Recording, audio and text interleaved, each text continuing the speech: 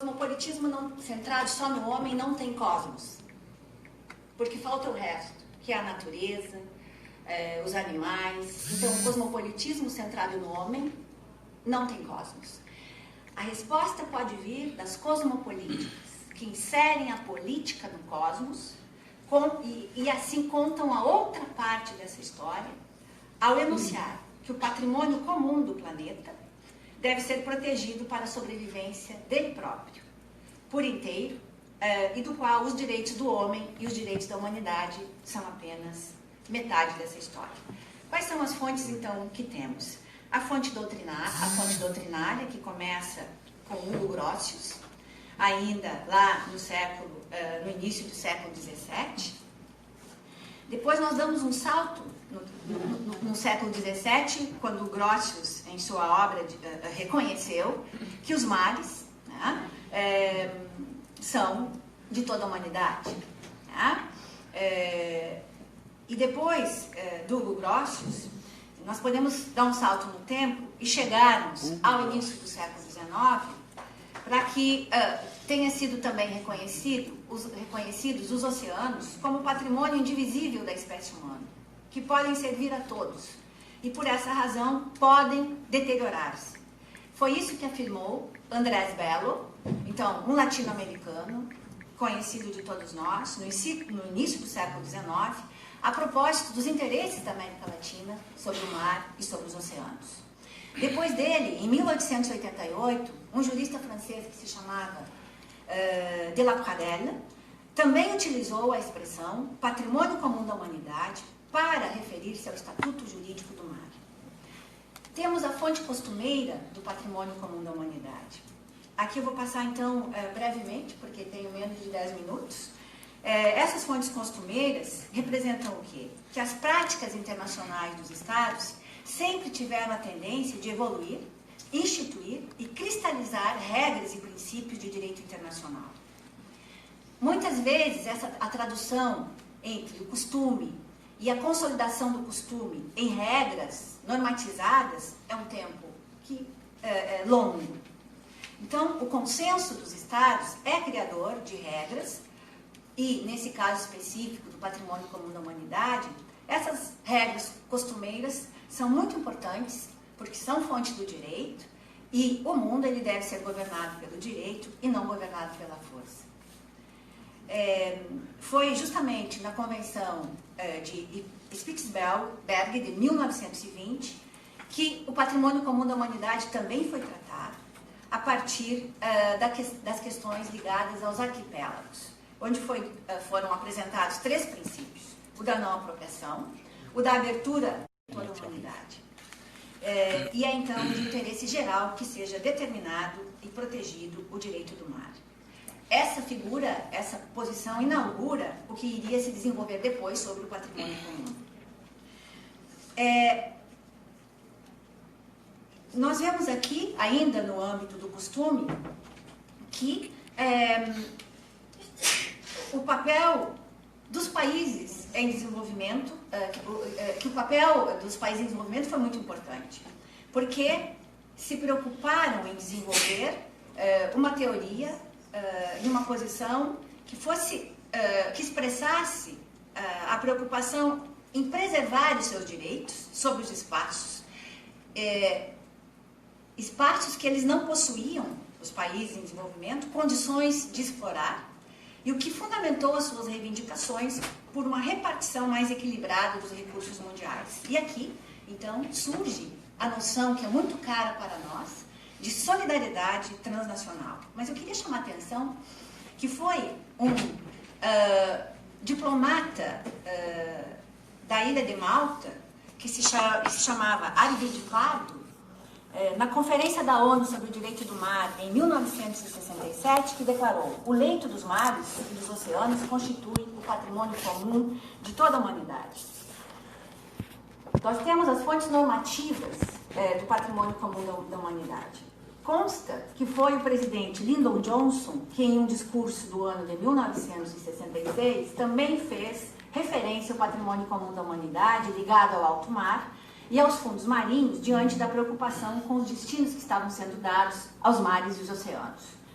Então, nós temos aqui duas fontes normativas. A primeira que vem do direito do mar e a segunda que vem do direito do espaço extra-atmosférico. Do direito do mar, nós vamos então iniciar com as 4 convenções de Genebra de 1958. Elas deram as primeiras bases jurídicas positivadas e convencionais do patrimônio comum da humanidade. Em 1970, a Assembleia Geral da ONU adotou a resolução número 2749, que se tratava de uma declaração de princípios sobre o fundo do mar e os oceanos. E depois, em 1982, a Convenção de Montego Bay estabeleceu, então, textualmente, a palavra patrimônio comum da humanidade com relação ao mar e os oceanos. O direito extra-atmosférico vem retratado num tratado de 1967 sobre a Lua e sobre os corpos celestes. Ele deu vazão a muitos debates internacionais. 12 anos depois, em 1979, outro acordo sobre a Lua e os corpos celestes estabeleceu a expressão patrimônio comum da humanidade.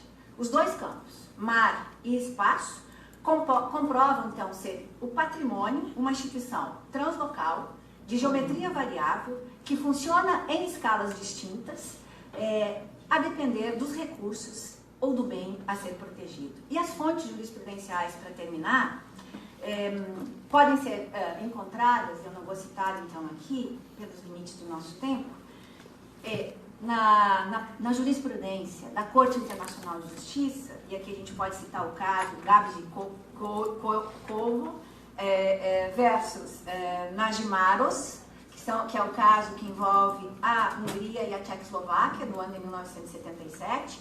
E eu queria apenas aproveitar o que falou a professora Ruana para dizer que eu construí essa reflexão depois da fala dela,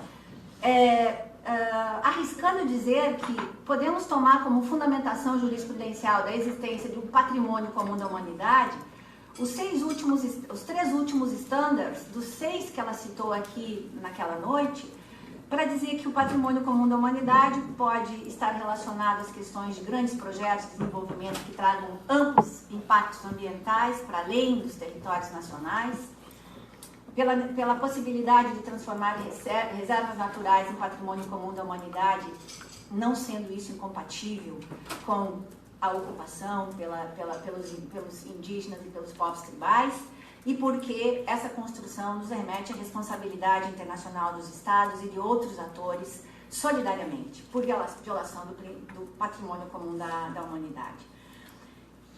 Quais são os elementos possíveis, então, de uma definição essencial? Eu trago aqui, eu resumo 10 elementos possíveis de uma definição essencial de patrimônio comum da humanidade, dizendo que ele podemos arriscar a inserir o princípio de jus cogens, como defendem os países em desenvolvimento. E se for admitido como jus cogens, não admite derrogação por parte dos Estados. E oxalá faça parte daquilo que o professor Cansado Trindade chama de consciência jurídica universal. A expressão patrimônio comum da humanidade, infelizmente, ela não esteve presente na Convenção do Rio, de 92, não esteve presente na Convenção do Rio, o Rio Mais 20, de 2012, ela não está presente no Acordo de Paris, de 2015. O máximo que se encontra são expressões relativas ao futuro comum, às gerações futuras, à Mãe Terra, mas a expressão patrimônio comum da humanidade não está presente. Eu termino, então, dizendo que devemos olhar para esse tema a partir de 2 vertentes: da competição versus cooperação, da soberania solitária e da soberania solidária. Romper com a competição, que vem do modelo econômico neoliberal, que provoca destemporalizações e desespacializações, produz uma fábrica de vulnerabilidades intensas no mundo. E é preciso equilibrar a cooperação com o espírito de cooperação. E, no espírito de cooperação, então, chamar atenção para essa nova figura, que é a figura da soberania solidária. Uma solidariedade que não é apenas intrageracional, mas uma solidariedade que é intergeracional. E se o patrimônio comum da humanidade é um conceito assim tão complexo, eu encerro chamando, apelando para que a gente pense numa outra saída possível, que é a saída dos bens comuns mundiais, que pode ficar para uma outra oportunidade de fala. Muito obrigada.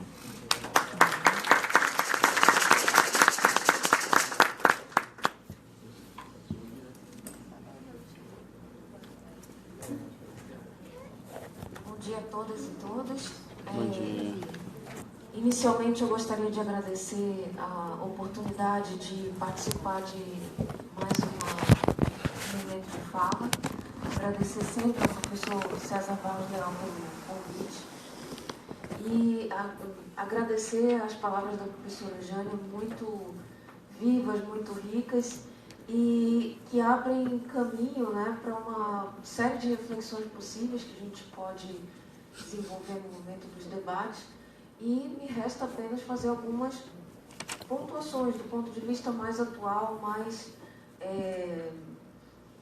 do ponto de vista do direito internacional ambiental e do direito internacional dos direitos humanos. Eu agradeço muito a oportunidade e vou me limitar a abordar alguns aspectos específicos do patrimônio comum da humanidade diante da fala riquíssima da professora Jânia. Inicialmente, eu me permito ampliar um pouco mais o tema e falar do chamado interesse comum da humanidade. O interesse comum da humanidade, ele abrange três aspectos principais, três conjuntos de abordagens que o direito internacional ambiental e o direito internacional dos direitos humanos têm feito sobre o tema. O primeiro inclui as chamadas áreas de domínio comum ou áreas de domínio público internacional. A segunda inclui o patrimônio comum ou a herança comum da humanidade, que podem ser encarados como sinônimos. E a terceira é a chamada preocupação comum da humanidade. Esses três elementos, que fazem parte desse conjunto maior chamado interesse comum da humanidade, hoje em dia envolvem três tipos de obrigações para os Estados. Uma primeira obrigação é a obrigação de não causar danos, ou seja, os Estados hoje em dia, diante dessas três categorias, do domínio comum, do patrimônio comum e das preocupações comuns, têm o dever de não causar nenhum tipo de dano ou de agressão aos elementos que compõem essas categorias. O segundo dever, a segunda obrigação que envolve os Estados é o dever de repartição de benefícios, trazido já explicitamente por alguns dos tratados internacionais citados pela professora. E esse dever de repartição dos benefícios? Se nós estamos falando de um patrimônio ou de uma área que é de domínio comum, não cabe a um Estado especificamente, a uma jurisdição, explorar de maneira individual ou egoística esse patrimônio ou essa riqueza em favor de si mesmo, mas sim de um compartilhamento em benefício de vários outros Estados. E o terceiro é o dever ou a obrigação de cooperação, que diz respeito não só à questão de transferência de recursos ou de tecnologia, mas também diz respeito ao dever que os Estados têm de cooperarem entre si para a preservação de alguns desses objetos que são parte do patrimônio comum da humanidade. Então, nós vamos ver cada um dessas categorias, começando pelas áreas de domínio comum da humanidade. O que são áreas de domínio comum? As áreas de domínio comum, elas, por muitos séculos, fazem parte de um capítulo específico do direito internacional clássico. Geralmente, nós encontramos essa matéria nos últimos capítulos dos livros de direito internacional clássico, porque até meados do século XX, eram áreas que não despertavam grande interesse do direito internacional público clássico, porque eram áreas que estavam fora da jurisdição dos Estados. Então, havia um tratamento menos robusto, menos favorecido para essas áreas.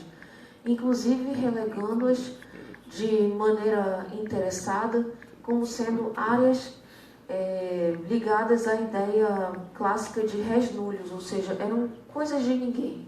Por serem áreas que estavam fora da jurisdição exclusiva de um determinado Estado, se pressupunha numa visão clássica e egoísta de que, não havendo jurisdição, os Estados poderiam utilizá-las como bem entendessem, inclusive do ponto de vista da degradação ambiental.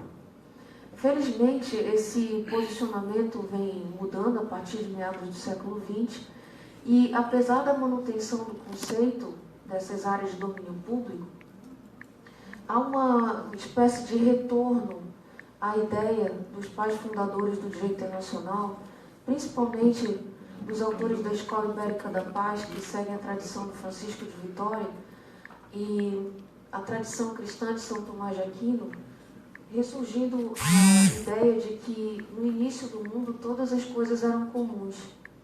E essas áreas, então, chamadas de domínio comum, passam a voltar a ser áreas que devem ser preservadas e cuidadas pela integralidade da comunidade internacional. Por mais que não haja uma jurisdição específica sobre elas, é exatamente por essa razão que elas devem ser colocadas sob o amparo da comunidade internacional. E que áreas são essas? São, por exemplo, o alto mar, os rios internacionais, as calotas polares, o espaço aéreo sobre as calotas polares e o alto mar e o espaço extraterrestre, o espaço sideral, sobre os quais, inclusive, a professora Jânia já citou algumas fontes do direito internacional. Existe hoje um complexo regime de responsabilidade internacional objetiva. A professora Jânia explorou magistralmente a história do desenvolvimento da responsabilidade que os Estados têm hoje, por exemplo, sobre o alto mar. Se durante muitos séculos a grande batalha do direito internacional era a delimitação dos limites do mar territorial, hoje, talvez a grande batalha do direito internacional do mar seja a luta pela preservação do meio ambiente marinho. Por outro lado, a gente deve lembrar também o regime da região da Antártida, na nossa calota polar sul, que, apesar de muita resistência, hoje é uma área considerada comum e que deve ser reservada apenas à exploração científica. Se conseguiu, por um milagre daqueles poucos que existem na história da humanidade, se desmilitarizar a área da Antártida e preservá-la apenas para o estudo científico. Da mesma maneira, o espaço sideral. Paradoxalmente, os grandes tratados que regulamentaram o espaço extraterrestre surgiram durante a corrida armamentista, durante o conflito bilateral entre capitalistas e socialistas na década de 60 e 70, mas ao mesmo tempo, paradoxalmente, insisto, se conseguiu sair com um regime de não apropriação dessas áreas e de desmilitarização também dessas áreas extraterrestres no espaço sideral. Da mesma maneira, o regime jurídico dos rios internacionais. Existem vários tratados multilaterais que cuidam da apropriação conjunta dos rios internacionais pelos estados lindeiros, pelos estados fronteiriços. E muitos desses tratados vinculam a exploração dos rios internacionais a princípios como, por exemplo, da cooperação, da notificação, da prevenção e da precaução, ou seja, uma série de princípios ambientais que lidam com a questão da preservação do meio ambiente nessas áreas e também na preservação dos interesses das pessoas que habitam essas regiões ribeirinhas. Por outro lado, saindo já dessa área do domínio público internacional, que hoje nós vemos que ela é densamente regulamentada por convenções que trazem responsabilidade objetiva dos Estados, nós temos a outra categoria, que é a categoria do patrimônio comum da humanidade. Complementando, se é que eu posso fazê-lo, né, a exposição da professora Jânia, nós temos hoje no direito internacional duas grandes áreas em que o patrimônio comum da humanidade surge como um instituto sólido e bem consolidado. A primeira área é a do direito internacional do mar.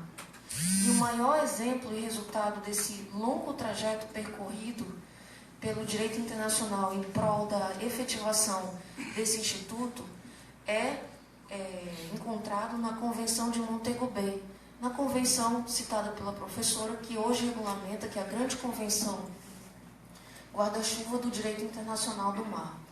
Logo no preâmbulo da convenção, nós vemos no nosso slide, existe a menção expressa de que os fundos marinhos, ou seja, o solo e o subsolo dos mares, fora da área do mar territorial, ou seja, em alto mar, assim como os recursos naturais inerentes a essa área, são considerados patrimônio comum da humanidade. E como se não fosse suficiente essa inspiração no preâmbulo da Convemar, nós temos um artigo específico na Convenção 136 que fala da área. O que é a área? A área é exatamente essa porção dos fundos marinhos. E textualmente a Convenção diz a área, ou seja, o subsolo dos fundos, o subsolo do leito do mar e os recursos naturais são patrimônio comum da humanidade. O que isso implica dizer na prática? Implica dizer que a Convemar inaugurou um regime jurídico de compartilhamento das riquezas dos fundos marinhos, ou seja, dessa área que não está sujeita a nenhum tipo de jurisdição específica. E para isso criou uma instituição chamada de Autoridade dos Fundos Marinhos. O que faz essa Autoridade dos Fundos Marinhos? A Autoridade dos Fundos Marinhos, ela disciplina o modo como todos os estados do globo podem compartilhar a exploração dos recursos, tendo sempre em vista o cuidado de não causar danos ao meio ambiente.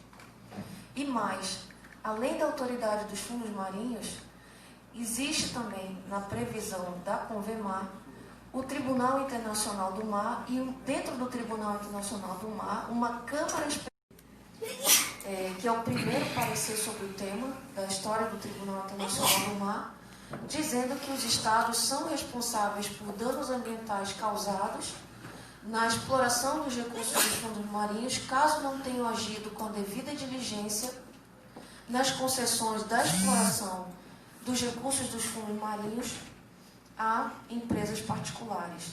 Sem dúvida nenhuma, é um parecer paradigmático, porque dentro do regime fragmentado da responsabilidade internacional por danos ambientais, faz surgir uma responsabilidade subsidiária e até em determinados pontos solidária dos estados, que delegam para grandes empresas privadas a exploração de fontes de riqueza mineral constantes nesses fundos marinhos por falta de condições econômicas para essa exploração.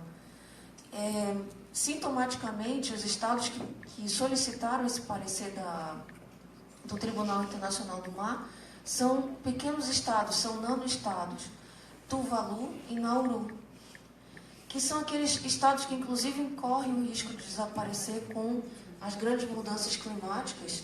E a preocupação desses estados é que, sendo eles estados com pouco desenvolvimento tecnológico, com pouca capacidade econômica para fazer a exploração desses polímeros minerais dos fundos marinhos, eles queriam conceder a exploração a empresas privadas, mas estavam preocupados em saber o limite da sua responsabilidade. E de maneira bastante interessante, a Câmara dos Fundos Marinhos do Tribunal Internacional do Mar não os eximiu de responsabilidade. Disse de maneira bastante simples: conceda a exploração a um particular, mas haja com devida diligência na outorga das licenças, na supervisão e, ao final, se houver um dano ambiental e se for constatado que não houve a devida diligência, você será subsidiária ou solidariamente responsável, independentemente dessa exploração ter sido feita por um particular.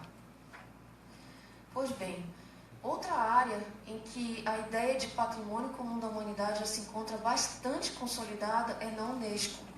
na Organização das Nações Unidas sobre Educação, Ciência e Cultura, onde nós temos uma tríade de convenções que disciplinam os nossos bens culturais e naturais como sendo do patrimônio comum da humanidade. A primeira convenção sobre o tema é de 1972, que trata da salvaguarda do patrimônio natural e cultural da humanidade, que nós todos conhecemos, mas não de maneira tão jurídica, mas fica fácil da gente identificar o que porque de vez em quando aparece no jornal algumas cidades que se mobilizam para fazer com que algum cenário natural, alguma manifestação, algum monumento ou algum patrimônio histórico que essa cidade possui, ela entre na lista da Unesco. Então, por exemplo, nós temos listas sobre as maravilhas naturais da humanidade ou determinados sítios históricos que são tombados pelo patrimônio histórico nacional e muitas das vezes esse patrimônio também é tombado pela Unesco. Então, esses legados das gerações passadas que passam as nossas gerações estão nas nossas mãos, eles devem ser preservados para que as futuras gerações também tenham acesso a eles. E como é que a Unesco viabiliza isso? A partir dessa convenção de 1972, a Unesco disponibiliza um fundo, que vem aí o dever de cooperação, para que as cidades, as localidades que logrem ter esses objetos, essas belezas naturais inseridas nas listas, consigam ter recursos financeiros para manter e preservar esses bens de caráter histórico, artístico e de beleza natural. Já as duas convenções seguintes, elas vão mais além. Se a de 72 preservava esse patrimônio cultural e natural de caráter material, ou seja, monumentos, obras de arte, belezas naturais, as convenções de 2003 e de 2005 vão para patrimônio imaterial. A primeira, de 2003, fala do patrimônio imaterial cultural, ou seja, manifestações culturais, como artes, danças, línguas, etc. E a terceira, a de 2005, afunila mais ainda falando de expressões culturais e da diversidade cultural, incluindo aí, de maneira mais explícita e mais particular, inclusive o reconhecimento da cultura dos povos indígenas e das comunidades tradicionais.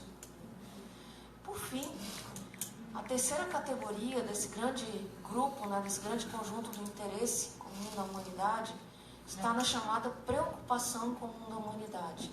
Ou seja, não é nenhuma questão específica de domínio público, nem de patrimônio, mas sim de uma preocupação comum da humanidade. Hoje nós temos dois grandes tratados do direito internacional ambiental que em seus preâmbulos colocam os seus objetos como sendo de preocupação comum da humanidade. O primeiro desses tratados é a Convenção sobre a Diversidade Biológica, a CDB, que logo no seu preâmbulo diz que a questão da conservação, da preservação da biodiversidade deve ser uma preocupação comum da humanidade, ou seja, a perda da nossa diversidade biológica, seja por motivos de depredação ambiental, seja por motivo de inserção de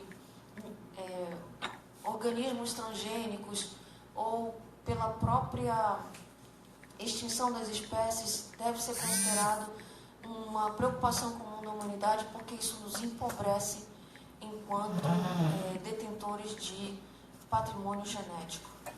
E, por outro lado, a outra grande convenção que trata do tema é a Convenção sobre as Mudanças Climáticas, que também no preâmbulo diz que as mudanças climáticas e os efeitos deletérios das mudanças climáticas sobre a vida do homem e sobre a própria manutenção da natureza deve ser considerado uma preocupação comum da humanidade, que em inglês a gente chama de common concern. Eu gostaria apenas de encerrar citando Francisco de Vitória, né? Que já nas suas lições sobre os índios, em 1538 e 1539, em Salamanca dizia que todas as coisas eram comuns. Ou seja, desde 1538, 39, com os pais fundadores do Direito Internacional, já há essa ideia de uma certa antevisão de que, pela tradição cristã que nós seguimos, dos pais fundadores do Direito Internacional, todas as coisas são comuns, todos os bens são de todos. E não parece que o direito da gente, ao fazer a repartição dos territórios, dos domínios dos estados, tenha querido revogar essa lei natural, que permite que todos os homens circulem por todas as partes do mundo, desde que não causem dano ao seu vizinho ou aos bens de cada um de nós. Muito obrigada.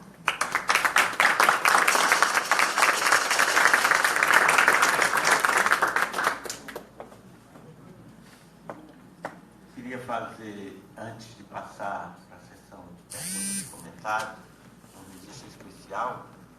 Nós estamos recebendo agora, acabou de chegar do México, o professor Luiz Gonçalves Plasencia, nosso grande amigo, um intelectual intensamente respeitado no seu país, com uma larga trajetória na área de direitos humanos. É um prazer e um privilégio tê-lo aqui. Nós temos um tocado aqui, meu do México, sério, é aluno, um patriota. Obrigado. A partir de agora, sempre que possível, nós vamos fazer sorteio de livros e CDs. Então, eu tenho aqui a revista Magista, 3 exemplares, é uma revista que eu coordeno com o professor Wagner Balera, que esteve aqui há poucos dias, e um CD, só, dado pela Comissão Nacional de Direitos Humanos. É uma coleção sobre direitos econômicos, sociais, culturais e ambientais. Tema do próximo evento. Eu queria saber qual é o aluno que se disporia a iniciar um grupo no WhatsApp. Com todos nós. Alguém se dispõe? De preferência um brasileiro se dispõe. Então, se encarrega. Mas fique bem claro o seguinte, é um grupo essencialmente voltado para o curso. A gente pode fazer troca. Pessoal, Já tem um grupo. já fizemos um grupo. Aí agora só botar o restante. Eu não fui agregar. Esse é um grupo que reúna todos. E outra coisa, é um grupo bem objetivo, onde só se disputa a questão do curso e que se desfará logo após a realização do evento. Ok? Então vamos agora para a sessão de perguntas. Alguém quer formular alguma pergunta? Não?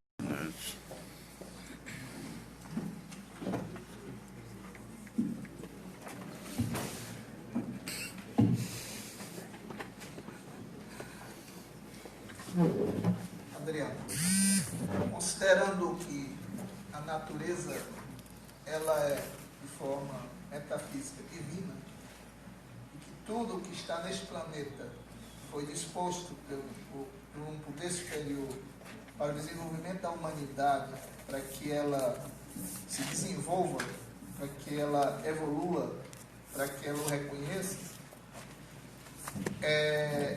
como a gente pode partir de um princípio que tudo que está aqui é patrimônio nosso, se é um bem que deve ser usufruído, mas que deve ser respeitado. Como a gente pode, dentro de uma dimensão de um discurso de sustentabilidade, manter este planeta ainda em condições de garantir esse objetivo divino, esse objetivo que é mais do que a gente está aqui no planeta, que nós estamos aqui de passagem, para aprender, para desenvolver. Aqui nós somos humanos, fora daqui nós somos ente divino, Então, como avançar mais no discurso, ou seja, o que os direitos humanos estão vendo em relação, porque até agora nós falamos em várias dimensões do ser humano, mas ainda não atingimos a nível jurídico a dimensão do espírito humano. Existe algum discurso já nessa noção de espírito humano? Ou seja, a dimensão espiritual do ser humano, ou seja, que eu acho que é o que, nessa evolução dos discursos, da ideologia, da discussão, do desenvolvimento internacional, se já existe algum discurso, algo sendo desenvolvido em matéria de espírito humano, ou seja, de direito do espírito humano, não só direito humano, né? Existe alguma coisa nesse sentido? Já falando do direito do espírito humano? Alguém? Eu acho. Não, Sério? Omar, então venha logo. Responder logo. Vem. Omar de novo. Él es de Bolivia, ¿sabes? Bueno, ni tan antes, ¿no? Porque yo vengo de los valles. Bolivia tiene el altiplano, los valles y también las llanuras. Bueno, Brasil es un país megadiverso. Nosotros estamos una escala menos según el rango. Una pregunta. En Bolivia se habla de la madre tierra como sujeto colectivo de derecho, es decir, se le dota de personalidad. Cuando hablamos de patrimonio, tengo entendido de que más o menos el ámbito de tutela pues tiene un enfoque de ser un objeto de protección. Entonces, ¿cómo entendemos esto? ¿Cómo compatibilizamos de cierta forma? No sé cuál es su postura en relación a esto. Gracias. Muito obrigada pela pergunta do colega. Eu acho que podemos partir de alguns casos da própria Corte Interamericana. Sua pergunta é sobre se há uma preocupação com o espírito humano, né? Há um colega europeu que diz que a Corte Interamericana apresenta alguns particularismos, né? E no âmbito de um desses particularismos das decisões da Corte Interamericana, ela faz a espiritualização. Ela reconhece, o direito americano dá muito valor, interamericano dá muito valor para a espiritualização dos povos indígenas e dos povos tribais. Quando ela, em um determinado caso, disse que aquele grupo de população que foi excluído das suas terras ancestrais, a ela deveria voltar para enterrar os seus mortos, porque a paz desse povo aqui na terra só voltaria na medida em que eles enterrassem os seus antepassados, mostra bem que o elemento da espiritualização do ser humano como um valor que se incorpora ao direito, né? Ele se traduz numa decisão jurídica e jurisprudencial, está presente nessas preocupações contemporâneas. Não podemos dizer, talvez, que esse reconhecimento seja global, que ele esteja presente nas mesas de negociações, mas que ele pode ser identificado, como nesse caso, sim.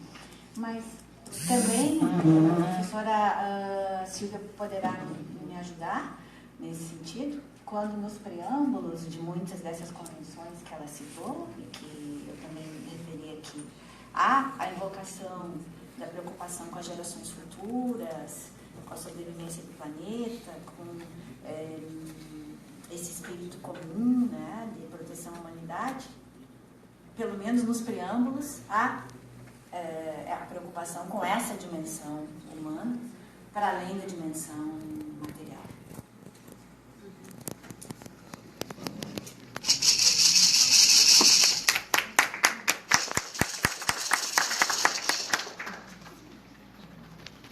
Em relação à primeira pergunta do Adriano, eu acredito que o professor Cansado Trindade, na linha do que a professora Jane falou, ele tem votos maravilhosos sobre isso, principalmente nos casos dos massacres contra os povos maia.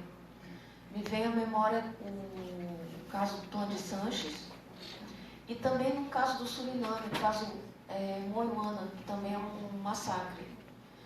Então, o professor Cansado Trindade chega a desenvolver a ideia não só de um projeto de vida, mas de um projeto de pós-vida, nessa linha do respeito à espiritualidade e à religiosidade dos povos indígenas e tribais. Que para a nossa cultura ocidental isso é tão esgarçado, né? A gente se dá tão pouca conta dessa questão da espiritualidade que você também levantou.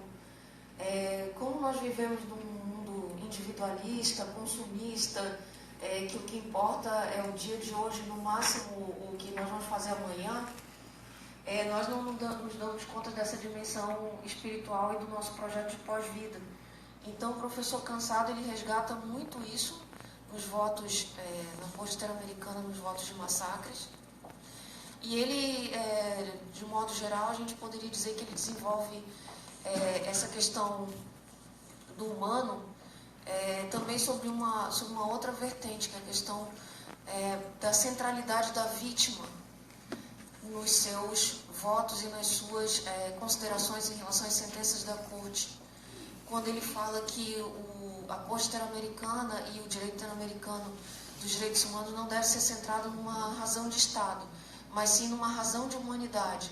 Ou seja, voltar aos ensinamentos dos pais fundadores do direito internacional, para os quais o fundamento do direito internacional era a reta ratio, ou seja, o uso da razão, e aplicar isso no direito internacional dos direitos humanos no dia de hoje, afastando tudo que diga respeito a interesses interestatais em desfavor dos interesses da humanidade, né? Então, eu acredito que vale a pena uma imersão nos votos do professor Cansado, principalmente nesses votos que envolvem os povos maia e esse caso específico dos Moiuana no Suriname. Em relação a outra questão também muito interessante, eu arrisco dizer que essa dicotomia entre humanidade e Mãe Terra, ela se deve a duas tradições igualmente importantes e ricas que nós temos hoje no direito internacional dos direitos humanos e no direito internacional ambiental. Quando nós falamos de humanidade como sujeito, portanto, como titular desse patrimônio, dessa herança comum, que tem essas preocupações comuns, titular das áreas de domínio comum internacional, a gente nós estamos nos remetendo à tradição cristã do direito internacional, essa tradição do Francisco de Vitória, Soares e de toda a escola ibérica da paz, ou seja, desses autores da Península Ibérica que escreveram nas universidades espanholas e portuguesas no século XVI e XVII, que depois foi ofuscada porque veio uma outra era, digamos assim, a era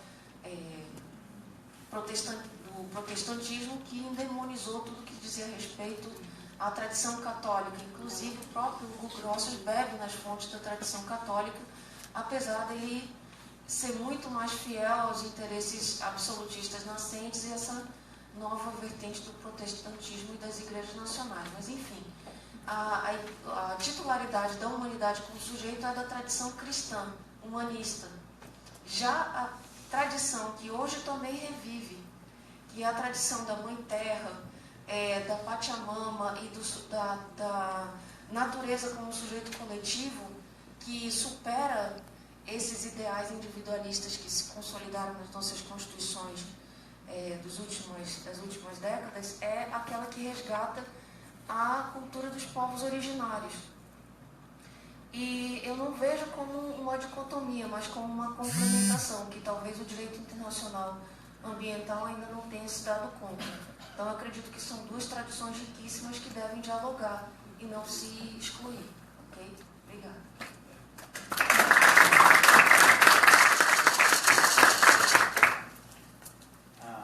Ingrid está presente? Ingrid? Cadê a entrega? A professora Jânia, do certificado. E a Lívia.